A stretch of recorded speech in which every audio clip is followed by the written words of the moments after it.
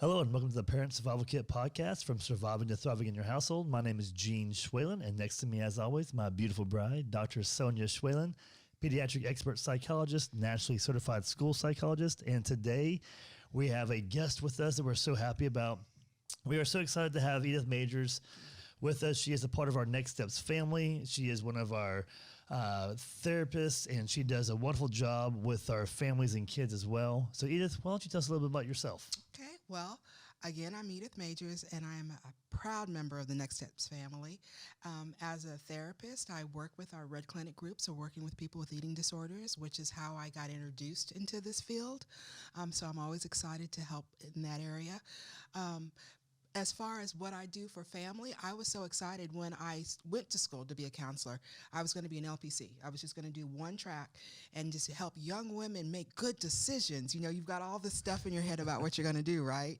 Well, it didn't come out that way. I mean, I do that, but not the way I thought it would be. So I did, as I was doing my coursework and things, I talked to one of my advisors, and I told her I really wanted to work with women.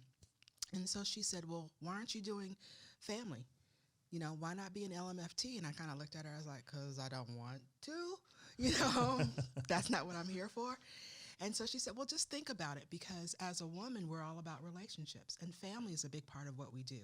So to make a long story short, I did take one class. I took a family systems class, and I was hooked. So I ended up dual tracking, and I was so glad that Texas doesn't require an LMFT to practice marriage and family therapy, but I do have the coursework to do it. And for me, I'm a single mom. I've always been a single mom.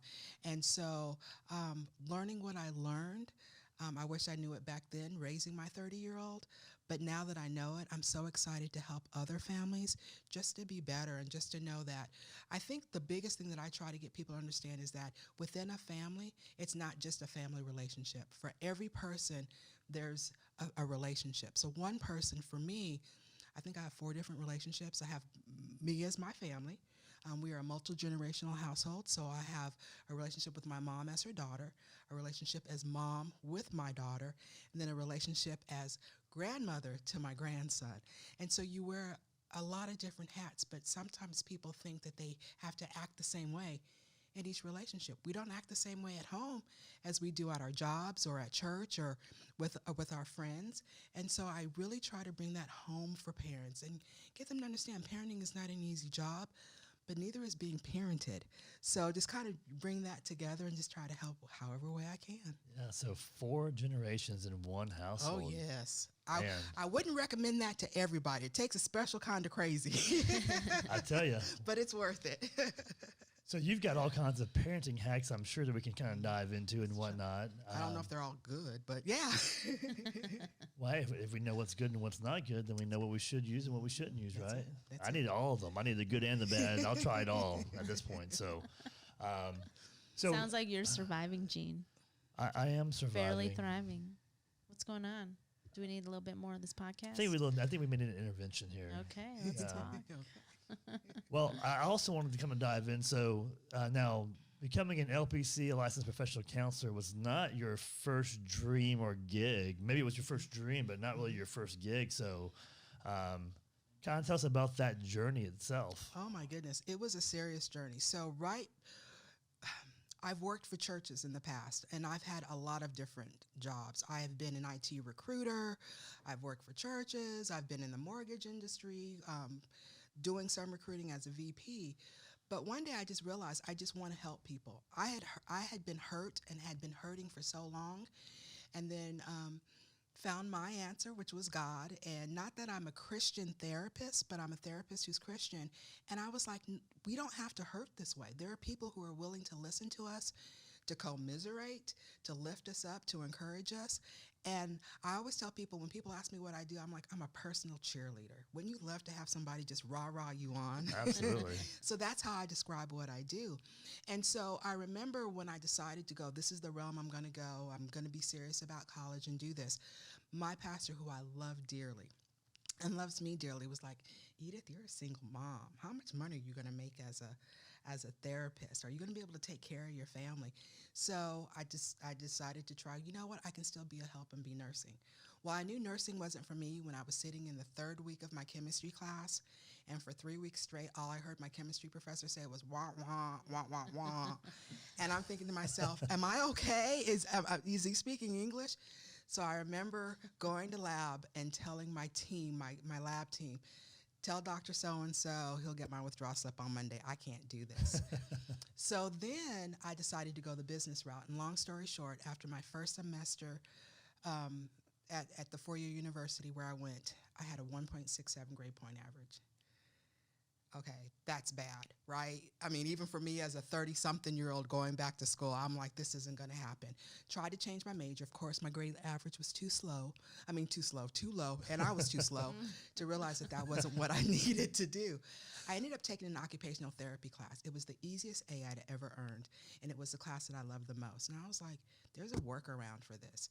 So I ended up using my electives to take psychology classes. And then within a semester, I was up to like a 3.2 grade point average, from a 1.6 to a 3.2, and changed my major and majored in psychology. And it was a hard battle because I had wanted to go the college route earlier, but because I was a single mom, it was just really hard. I spent a lot of time studying, and so my daughter didn't get my full attention. But again, because we were a multi-generational household, my mom was there to help.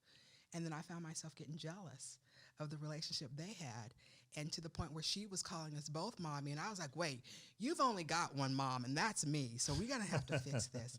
But I put it on hold. I did what was best for the family, and I actually thrived in that. And so I ended up doing psychology. I thought I was going to be a cognitive researcher.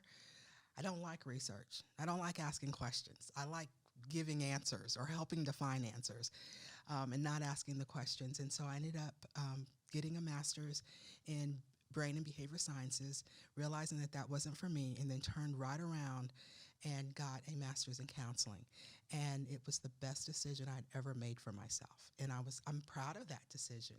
So, and it just kind of brought me full circle to right here. That's awesome. It is awesome. I'm grateful for that story. And, I think that story is really important just to share and put it out there, because it's so normal, for people to take different paths to not even really know what they want to do or have an idea of something, and then that kind of get steered in a different direction. And I don't know that many people talk about that, and when we're raising kids, we don't give permission to our kids sometimes to explore different things or commit here and then change your mind later and go commit to something else and then change your mind again. We actually, in our society, try to steer away from that. It's not okay to quit this sport or leave your team behind or start something and not finish it, but that's not necessarily the message we have to send either. Exactly. We can say, hey, it's okay to really figure this out and do some exploration. I'm just glad you shared that. I have actually a similar story where I thought I was going to do one thing, and then I ended up as a PhD psychologist, and it just kind of found me. And I never anticipated the path I would take to get here. And that's for a different day. But well, actually, that's kind of something that I really was wanting to talk about, and it kind of came full circle right here on the podcast. So it's like, what is our purpose? You mentioned your faith and finding God, and God puts plans in all of us. And one of those plans, and sometimes as parents, we can put our kids on this path that we want them to be on because of what our motives are, what we feel is best.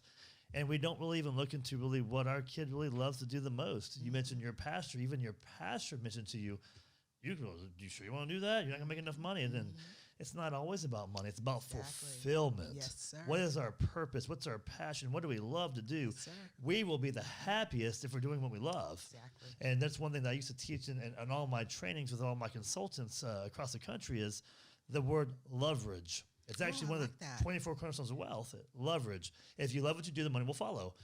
Doesn't mean you're going to be a millionaire, but it doesn't matter. You're going to be taken care of. You're going to be happy in what you do.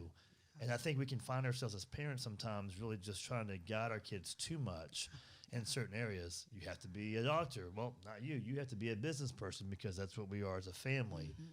But real quick, I wanted to touch base on the cheerleader part that you talked about. I've always wanted a cheerleader. In fact, it reminded me of when we were dating. I was on this. I had this What basketball. is happening right now? I had this. Should I be afraid? No. I had I this am. men's basketball team that I had put together. A bunch of the dads that I coached their sons in baseball and basketball, and so a couple of dads used to play ball back in the day, even for college. I'm like, yeah, I've got a game too, so let's put a team together. So we did. We put a team together, and I used to ask my beautiful girlfriend over here at the time to come watch me play, and a lot of times she's like, well, do I really have to, or do I really want to? And that would really hurt my feelings. Because I learned how to say it hurt my feelings.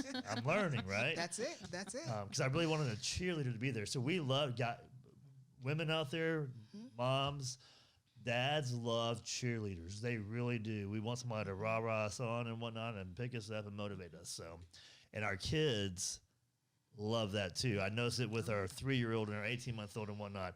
They want to be the center of attention, and they want to know that we're sitting there watching them. If I get the phone out and start recording, our little 18-month-old, she starts performing. She's like all excited. She loves it. They want cheerleaders, so that's very important for our kids too. Well, and that all of that comes together, right? So if we're true to being cheerleaders for our spouses and for our children at home, that can actually send our family into a state of thriving, right? Because I made a joke earlier. It sounds like you're just surviving over there. What's going on? I got through it. But cheerleading is really important because if we are taking, we always hear that mindset of, we're living vicariously through our children, or they need to be a doctor or an engineer or a lawyer or whatever it is that we've decided we want for them. And we never leave room for our child to come or our children to come with their own interests and their own exploration of what their purpose is here on earth. It creates a very disconnected parent-child relationship. Yeah.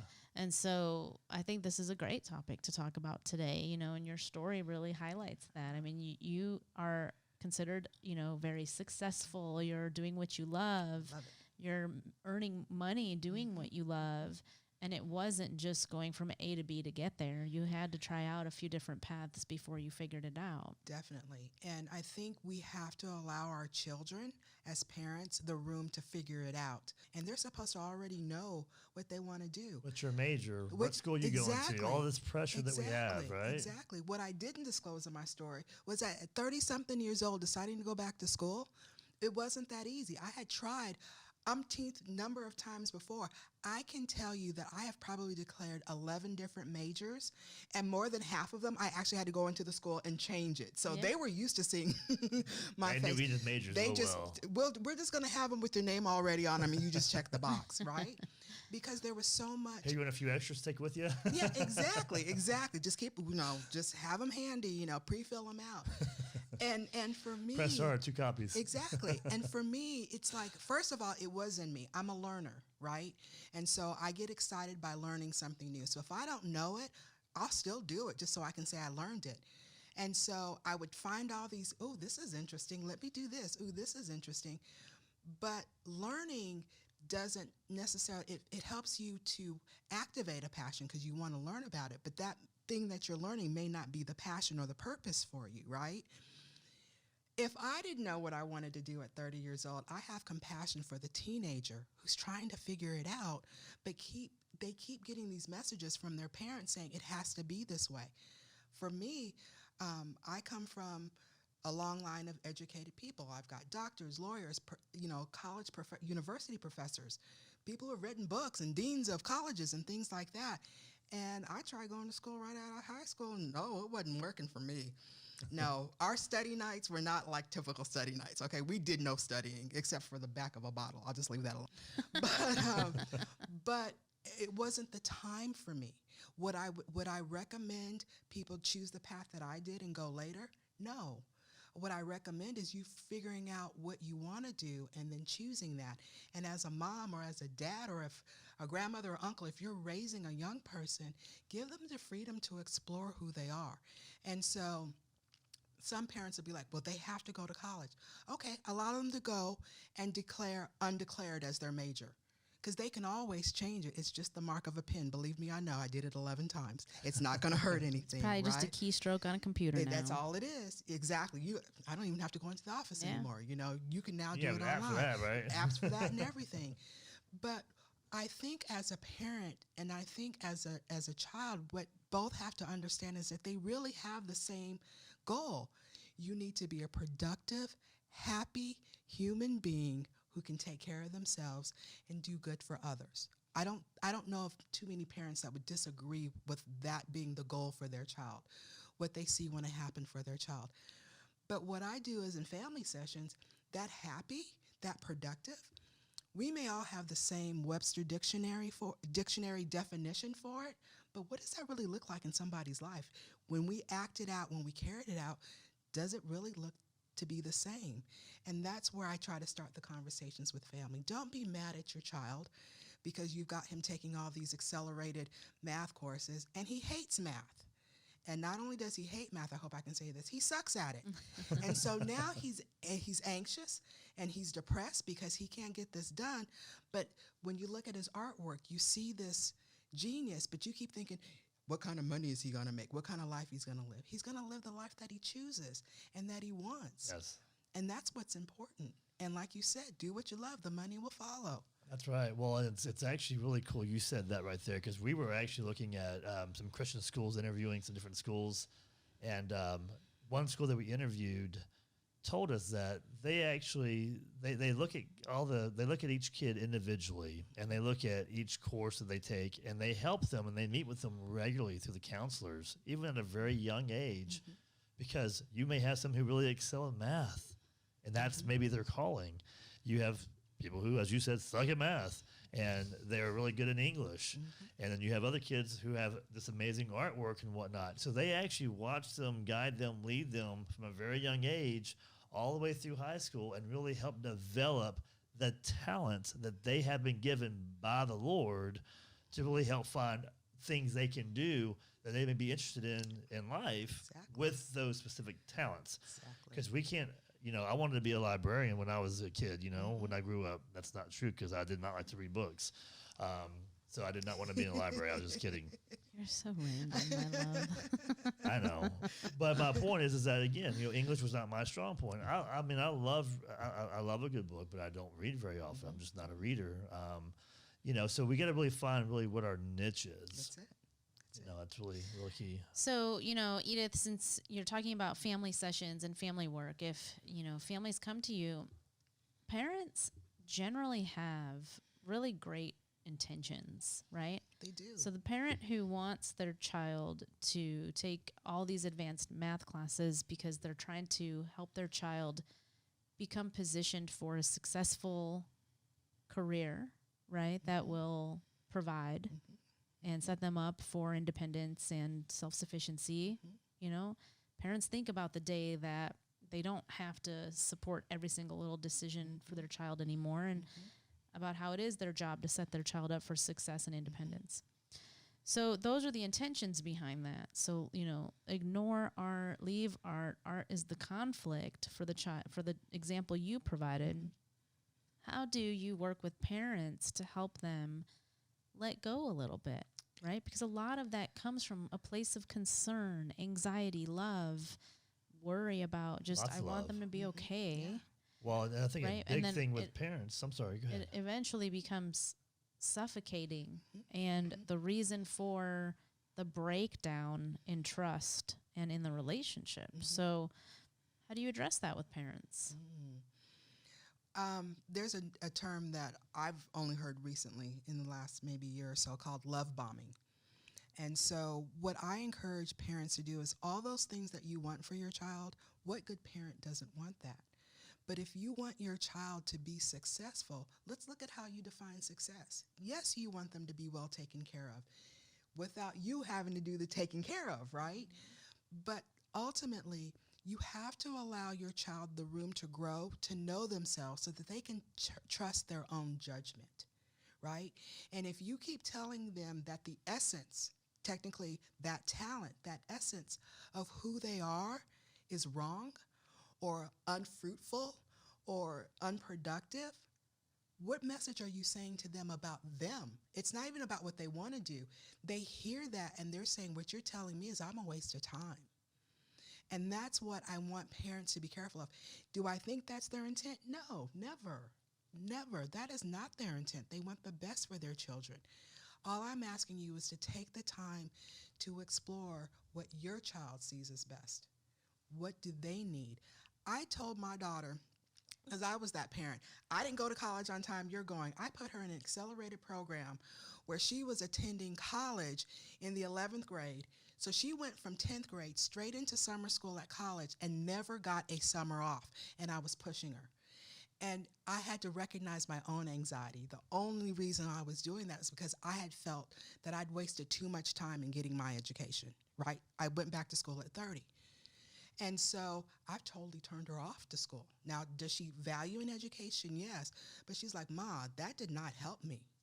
That burned me out. You know, I was proud to say that she got an associate's degree before she got her high school diploma. But did that really help her? Or did I hurt her? With every good intention, right? Yeah. I needed her to speak up for herself and allow herself to advocate for herself. Now, the saying I have in my house, especially when she was younger, is that you don't run anything in here except for your mouth, right? What I say goes. Yeah, there's rules that she has to follow, but what's the purpose of the rule if it's killing the spirit of my child? Sure. You know, would you rather be right or would you rather for them to be happy and okay? And happy is a relative term. But I need her to trust who she is to make good, sound decisions. And if I'm trying to make those decisions for her, she'll never learn to trust herself. And that's what I try to get parents to. I said, that's really your goal. Can they be productive, not just in what they do as a job, but in life decisions? They've got to learn to fall before they can walk, right? If you didn't want your kid to fall, you never would have allowed them to walk. Right. You know, so let them fall here as well. Yep. It's definitely a necessary action for success. You got to fail forward, right? Yep, fail forward. That's when you learn, what is right, what's wrong. Mm-hmm. As parents, as a dad even, we always want our kids to ultimately, I think what most parents go through is that we want our kids to be better than we are and we were, and not go through some of the things that we went through and whatnot. I could sit here and talk about my story a lot, and how I was out of the house at 17 years old, lived on the street, lived in the back of a trunk of a car, a 280 ZX2, which is a hatchback. So if you don't know, it was not very comfortable whatsoever. I went through a lot of hard times and questioned, my faith and whatnot. And, I definitely wouldn't recommend my path. So my son was going to definitely do something different as well. He's going to go to college. But I've even figured out he's, our 17-year-old he is taking college courses as a high school kid. He's doing well. We did kind of push him in some areas, but then we also realized that I got to kind of let up a little bit on some of the harshness, as far as like, when I say harshness, as far as like, how do I get on to him? How do I encourage him and whatnot? I taught his baseball and basketball team. We had select going on for a long time, and he excelled. He was really good in baseball. He actually played for the high school team, and then he found his way. He now plays tennis.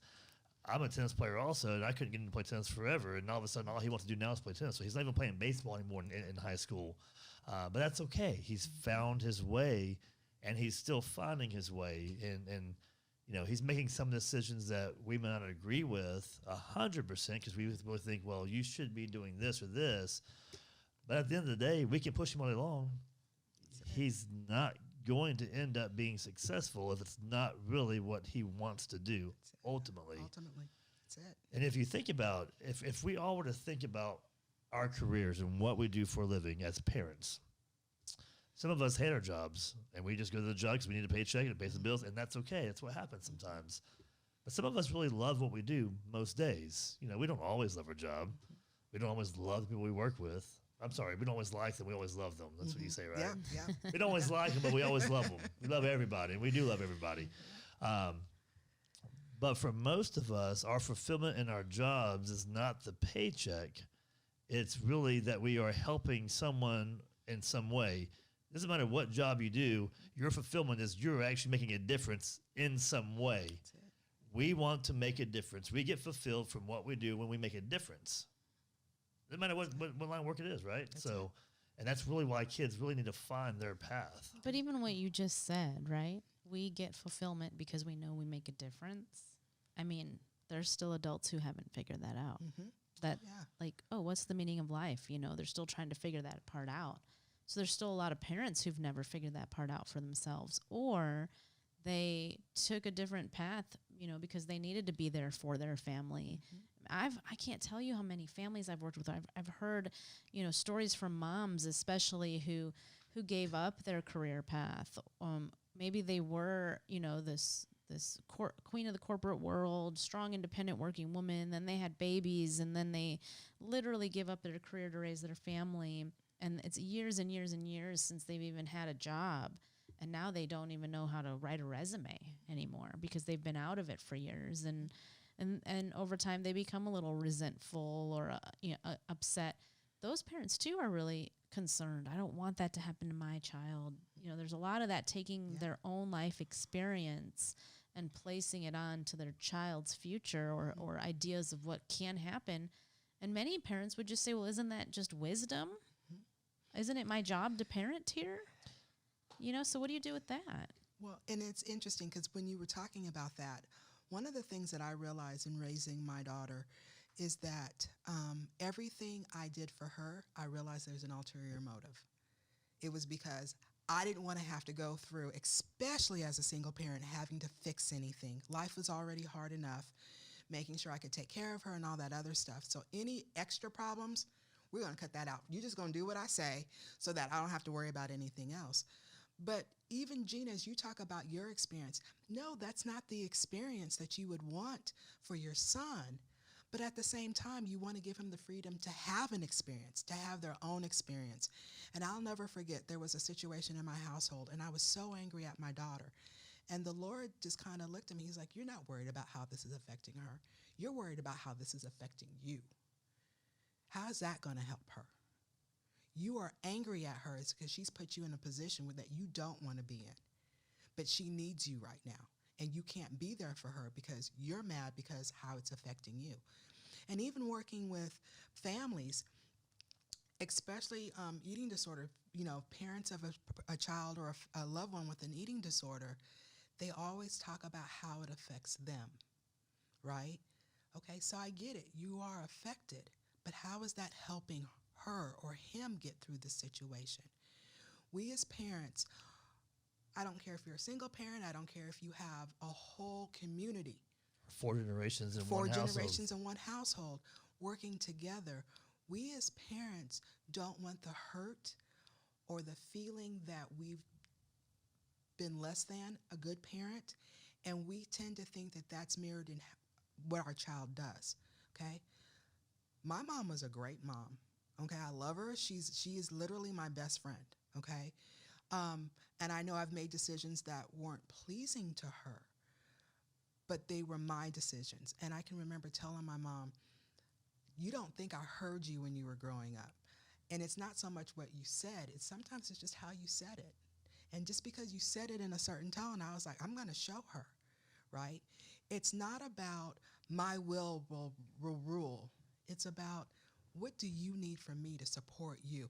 As long as my daughter is not in jail and she hasn't done something foolish enough to land her in the hospital or anything like that, I'm good.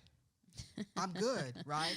I'm not going to visit you behind bars. I just can't do it. I'm sorry, right? Yeah.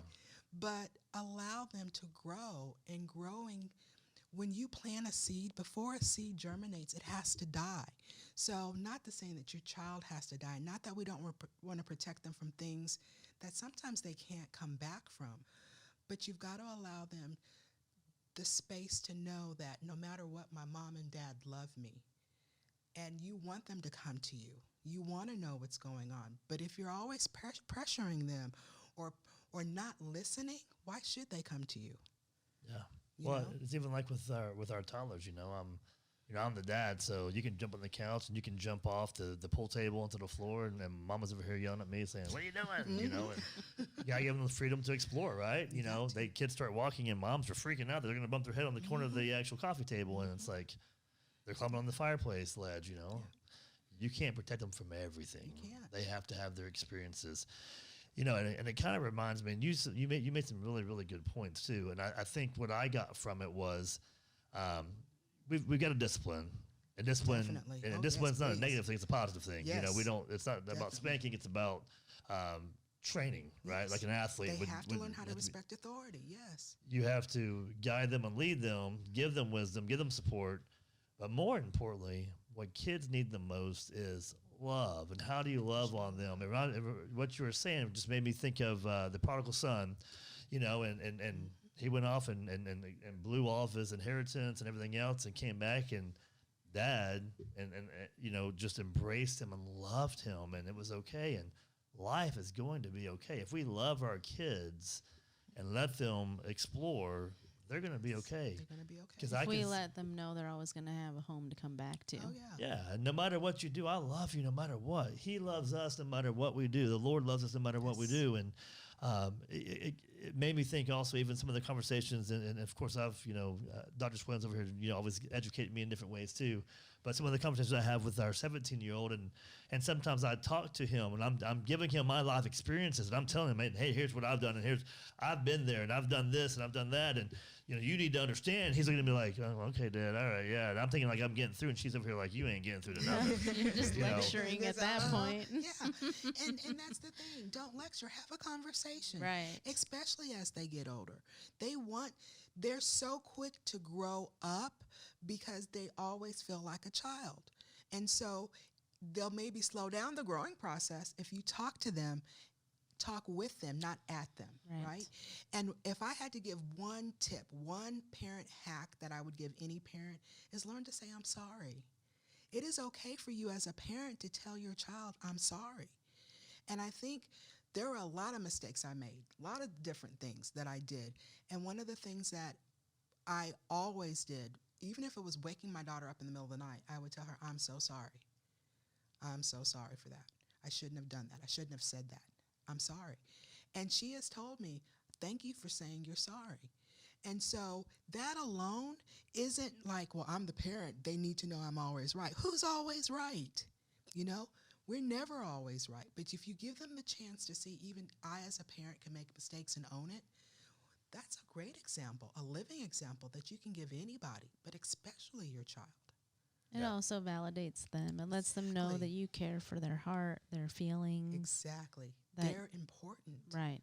It gives them that sense of value as a human being. Mm-hmm. That's a great parenting hack. And it's kind of funny because we're going to have a parenting hack episode here in a few weeks, and we're going to have some fun with that. So details to come. But it also, you know, it made me also think about, you know, I'm always trying to study things and listen to new things that are out there. And there's all these parenting books out there, these podcasts that are not anywhere as good as ours by any stretch of the. Of course not. They suck, as you would say, right? But you know, long story short, there was one thing that I heard, and it was so real that. Don't encourage him. Come on now. I need a cheerleader. Go. You got this. All right, here we go. But it's kind of like it reminded. There was one thing that I listened to that I learned, and I'll give a real life example. We like to ride bikes to the park, and the park's not very close, so it's probably about a 2.5 3 mile trek. So it's not far on a bike. But I'm pulling a trailer with a 3-year-old and an 18-month-old in the back, you know. So, and we've got some hills. Of course, Texas is flat, especially in McKinney, but we do have some hills. And our 8-year-old's also riding a bike. So, the whole point is like, when we were riding home one day from the park, we did have to go this really steep hill to get back every single time. And after riding to the park, being at the park, and riding home, she was really struggling to get up this hill. And one thing that that just came to me was like, my agenda was to get home. I've also got these kids behind me. They're getting tired. We got to eat dinner. It's going to be a bad time. We got all these things to do. And I think as parents, we do this all the time. We have our own agenda in all different kinds of ways. And when she started struggling, I was like, I got frustrated because she couldn't make it up the hill. And it's like, and then I thought about, okay, I see parents at the grocery store with these kids who are throwing these tantrums, and our kids don't do that because we just let them eat all the gummy bears out of everything else and whatever not. You know, we're smarter about that. But there's one thing we do well is we do the grocery store well with the kids. But these parents who are having these tantrums with their kids, and they're like, leaving their cart full and taking the kids out of the car, and now it's done, and this is a big ordeal. Was your kid tired? Was it almost nap time? Did we do something because of our own agenda? Exactly. What is the purpose for our kids' lives? We don't know this. They have to figure that out. We can guide them, but we have to give them experiences. But it cannot be our agenda. Our agenda is not going to be their agenda. In fact, if they are getting our agenda, one thing I can assure you as a dad that has experience in this and seeing kids I've coached, if we give them our agenda, more times than not, they're going to go against that agenda. That's it. So we have to love. You got to love unconditionally. And be patient. Oh, my goodness. With a capital P. Yeah. Patience, what's that? Oh my Okay. gosh. We'll do a whole nother episode on that. And we have to have hippoing. Yes. Nobody understands that, but that's awesome. That is awesome. I'll explain that one day on an episode about hippoing. It's really awesome. It is. All right. Well, Edith, it's been a great pleasure having you. It's been a pleasure to be here. Always Thank love you. speaking with you. It I just love it lights my too. world Yeah. up, and you light up the camera and everything else. So, Oh, you guys are awesome. Thank you. Thank you. all right. Well, thanks for joining the Parent Survival Kit from Surviving to Thrive in Your Household. We will see you next week. Thank you so much.